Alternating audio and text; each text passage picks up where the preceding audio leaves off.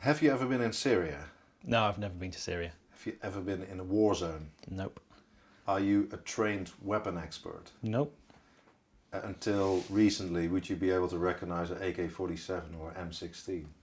I could recognise an AK-47 or M16, but nothing really more than that. So, how does this start? Can you explain?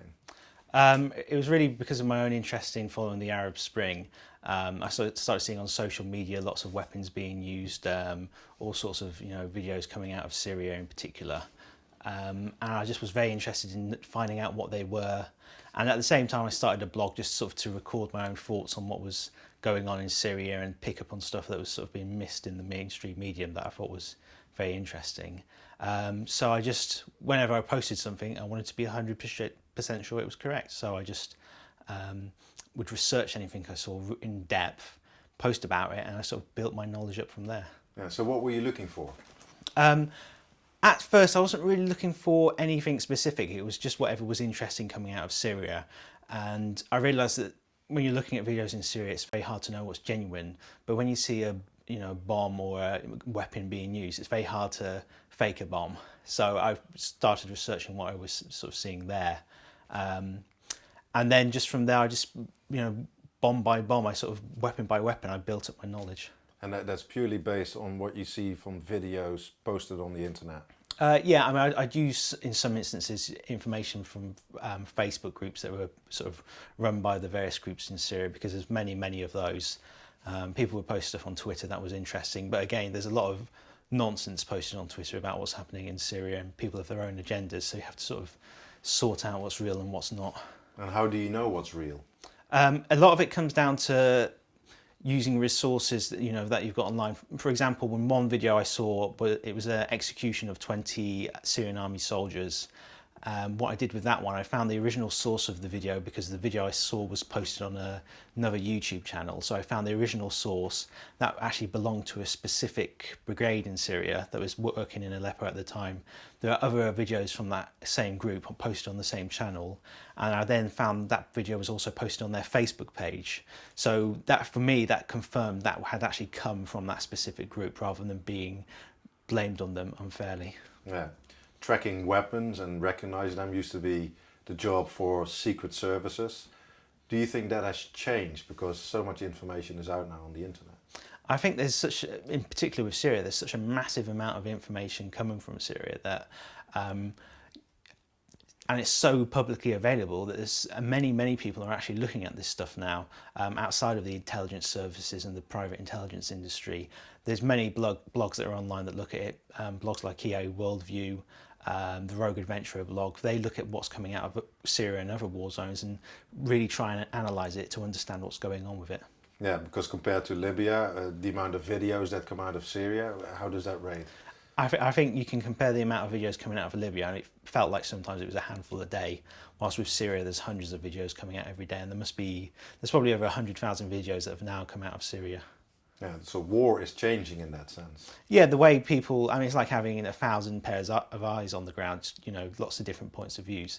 There's obviously a element of, you have to understand these are being filmed by people who have their own, thoughts and agendas on the matter. So it's trying to find the truth through what's being shown in these videos, knowing what you know about the people who are filming them. Yeah, a lot of it is propaganda, of course. So how do you know when it's truthful what you see? Well, one thing I've tried to focus on is, for example, recently there was a chemical attack, and there was 2 chemical attacks actually claimed. And it's very difficult to know the truth in a matter like that because there's always agendas at play, and unless you really, you're on the ground and you can test what's happened, you can test the sort of ground and you can look at the injured, it's hard to be 100% sure what's actually happened. So it's one of the reasons I focused on weapons is because it's very difficult to fake. I've collected 500 videos of cluster bombs, for instance, and that would be something that's very difficult to fake. If they were going to go to the effort of faking 500 cluster bomb videos and they put that effort into actually fighting the conflict, they probably would have won by now. So when people say, oh, well, how do you know cluster bombs are being used? It's because of just the wealth of evidence there is. Yeah, and you can say now you prove beyond doubt that they use cluster bombs in Syria. Yeah, one thing that's been interesting is they started using incendiary cluster bombs recently, And the thing with the incendiary cluster bombs is when the cluster bomb itself opens, all the sub-bomblets ignite. So you can actually see them falling through the air and then landing on the ground. So it's very hard to say, when we've got lots of videos of that happening, you can't really say that the Syrian opposition activists are planting them on the ground, because you've just seen them fall out the sky very clearly. Yeah. Can you also look up footage from both sides to confirm something? One thing I'm looking at the moment is there was a recent rocket attack that was supposedly aimed at the Syrian state television video building in Damascus. And we actually have the video of the launch happening from Orchard's southwest of the site it was attacking, and that from the actual impact area.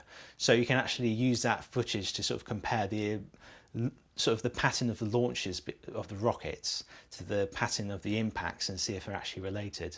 And another recent video you saw, a camera had been mounted on top of a Syrian army tank, and it was filming what it was doing, and then the tank in front of it got hit by a rocket launcher. But the Syrian opposition also filmed the same incident from their angle, so you actually got the same incident from two different angles. Yeah, that's how you verify things. Yeah, that's one way of doing it. Yeah, but you say there's so much video material coming out of Syria, hundreds, you say. Yeah. How do you know what to look for? I think after a while, I've been looking at videos now for about a year, and you get a feeling of what's going to be interesting. You open up YouTube and you get all I have about 450 YouTube channels, and I check most of them every single day. So I'll open up a channel, I'll see the previews and the descriptions of the videos, and from that I get a pretty good sense if there's going to be something interesting in there, because a lot of these videos show, the dead and the injured. It shows destroyed buildings. You might be, people just firing AK-47s at each other. Those aren't really that interesting for what I'm looking in. What I'm looking for is when someone's holding something that's, it's like with the Croatian weapons I was tracking, when someone's holding an unusual rocket launcher, or there's a remains of a bomb that I've sort of not seen before. And those things really do stand out, because when someone films a bomb, they tend to keep the camera on it for the whole thing, so you can spot those very easily. Yeah, you're particularly looking for weapons, and preferably unusual weapons, or weapons you haven't seen before. Yeah, generally it's unusual weapons, or fighting in certain areas that I'm very interested in at the moment, because there are specific areas where there's fighting where it's like in the south of the country at the moment, there's a lot of progress for the opposition, and I'm keeping an eye of where they're actually fighting there. The other thing that's really interesting is when they capture military bases, they tend to loot a lot of equipment, and it's looking through that equipment, because sometimes they find something very interesting in there. Recently a base in the south of the country was captured, and it had a lot of surface-to-air missiles, manpads, that were looted. So that's going to help the opposition in that region quite a lot, because they don't have those weapons. So it'll make a big difference in the conflict in that part of the country. Yeah, you say that you watch 450 YouTube channels. Who owns all these channels? Generally, they either belong to citizens on the ground, activists, or various armed groups in the country. And then you'll have YouTube channels that repost videos from other YouTube channels, but I tend not to look at those, because then I want to see the original video where it was posted originally, so I've got some sense of sort of the history of the channel that it's on, so I know that it's not just some random video they've picked from 6 months ago from Iraq. That I don't know Arabic, I don't know Arabic accents, so I need a little bit of extra information to be a little bit sure of where they're from. Yeah. Before you started this, what was your knowledge of weaponry? I didn't really have any more than an average person would have. It's everything I've learned in the last year or so. So what would the average person know? What would you know? Well, I'm sure everyone watches plenty of action movies, and they might know what an AK-47 is and an M16, and what a rocket launcher looks like. But I didn't really know anything beyond that. Yeah. And would you say now, through what you've been doing, that you've built up a lot of knowledge now? You're turning into a weapon expert. I think I have. It's very centered around what's happening in Syria. Obviously, I think I couldn't go to another conflict zone where they're not using the sort of Soviet weapons that are being used in Syria. But I like to think that I've seen every single weapon that's been used in the Syrian conflict. So when I see one that's unusual, that really stands out to me, even if it's just a brief look at it. I think I haven't seen that before. I need to find out what it is and why it's there. Yeah, you mentioned the cluster bombs. That you saw a lot of examples of that. I think a more recent discovery is Croatian weapons coming in. Where do they come from? I mean, the story with that was I was looking through various video channels and I started seeing a couple of unusual weapons. One was a Yugoslavian M79 Ossa rocket launcher. Another one was a M60 recoilless gun, which is also from Yugoslavia.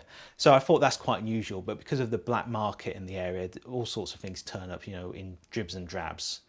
But it wasn't until I saw a video on Syrian state television that showed a massive amount of these weapons that had been captured by the Syrian army, and there was hundreds of rounds of ammunition for them, as well as two other weapons, which was a RPG-6 grenade launcher, which was made in Croatia, and a Soviet RPG-22 rocket launcher, which was also used in Croatia. So all of a sudden, this 4 weapons that all had links to Croatia had appeared in massive quantities in one part of the country. So I started to track where it was appearing, and at the same time, the New York Times approached me to write a blog for their At War blog, just about anything I was interested in Syria. So I thought this would be a good subject. I wrote about it, and they came back to me and said they were going to do a longer investigation into it. And after a couple of weeks and lots of work on their part, they managed to find out the whole story of them being purchased by Saudi Arabia from Croatia, flown over to Jordan, and then smuggled into the country from the south of the country. Yeah. Today we see a story in the Times also mentioning those Croatian weapons. They're being delivered, bought from Croatia by Saudi Arabia, delivered to the rebels.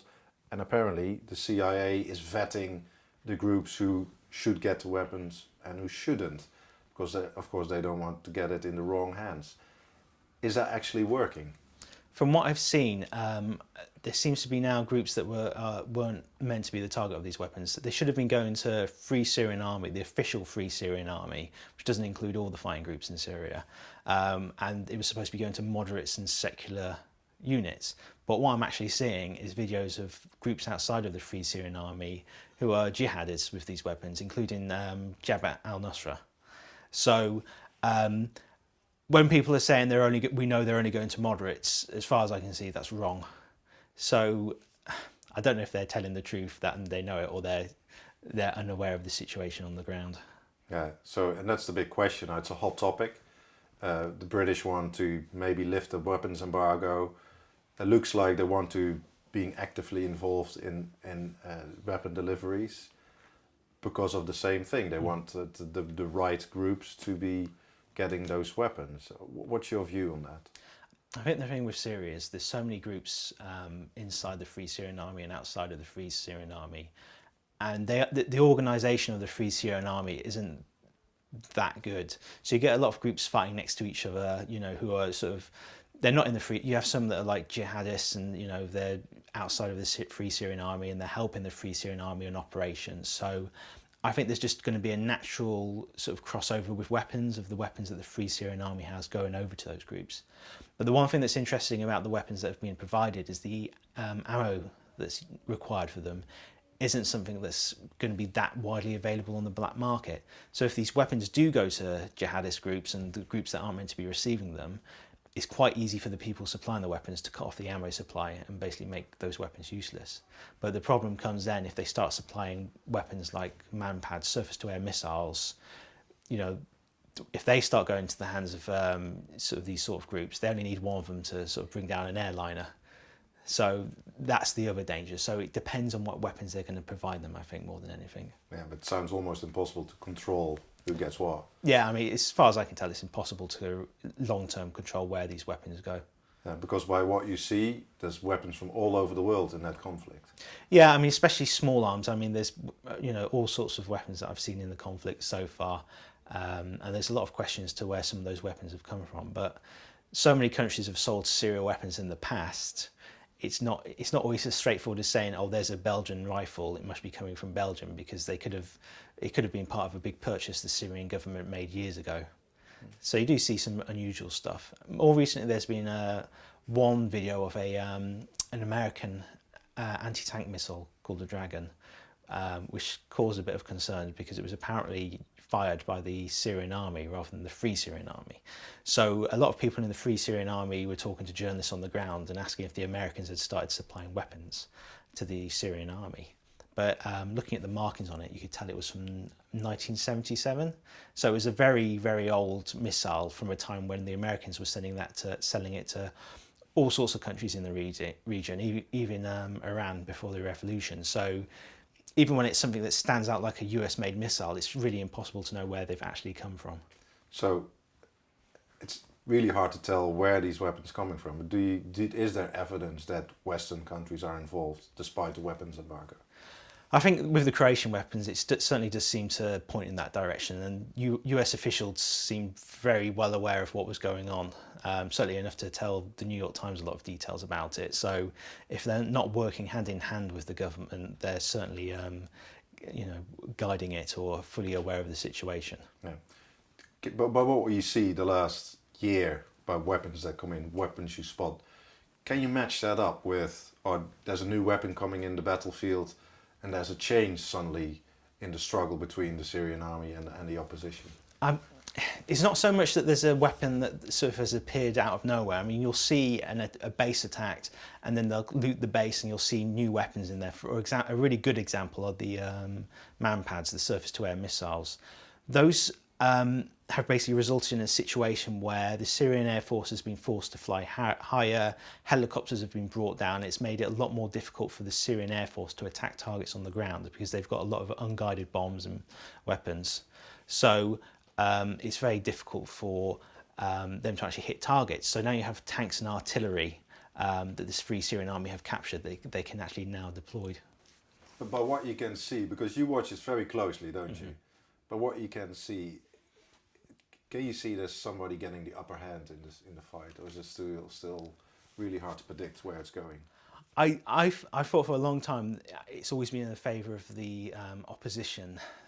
I think the main question is how quickly the opposition can win, and when the opposition win, which opposition groups are actually going to be in control of the country.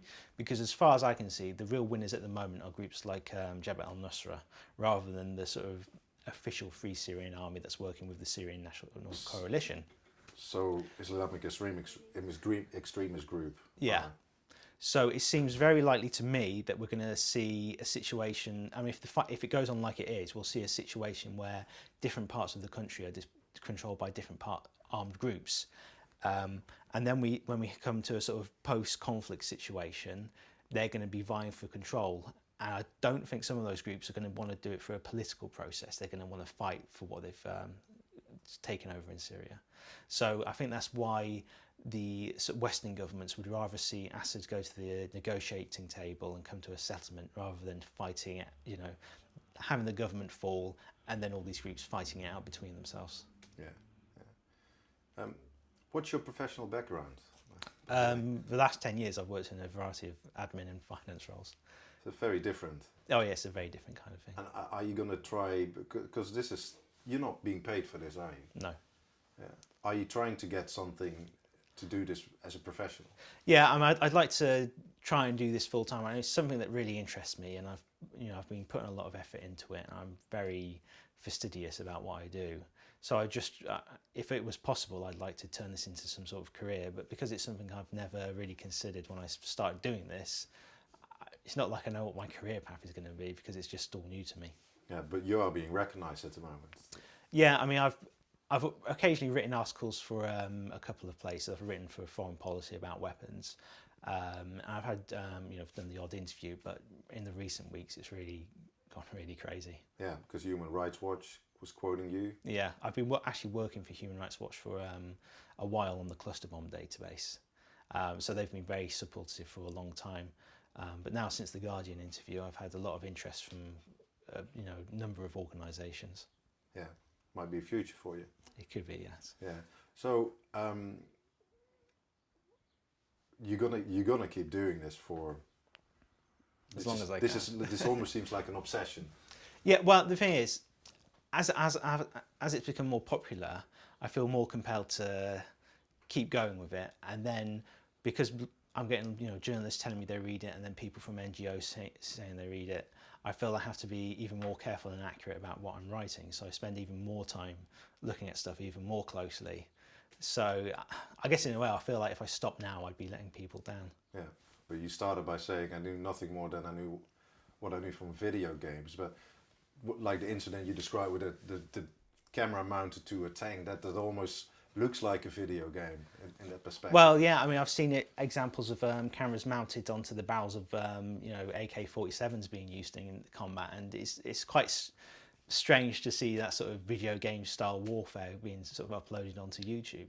And sometimes you feel like that's actually feeding the way people are trying to film some of these situations. They're trying to film it like it's a video game because they've seen it, in their, before the conflict. That's how they used to see conflicts, through, a TV screen looking at a war zone in a computer game. Yeah.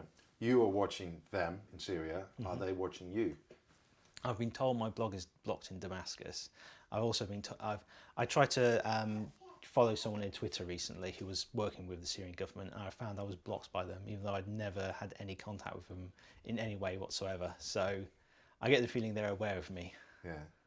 How does it make you feel? Well, I'm not too bothered by it, really. I mean, they were probably quite happy about my Croatian arms story, judging by some of the reaction I had from people. So I'll just take it as it goes, really.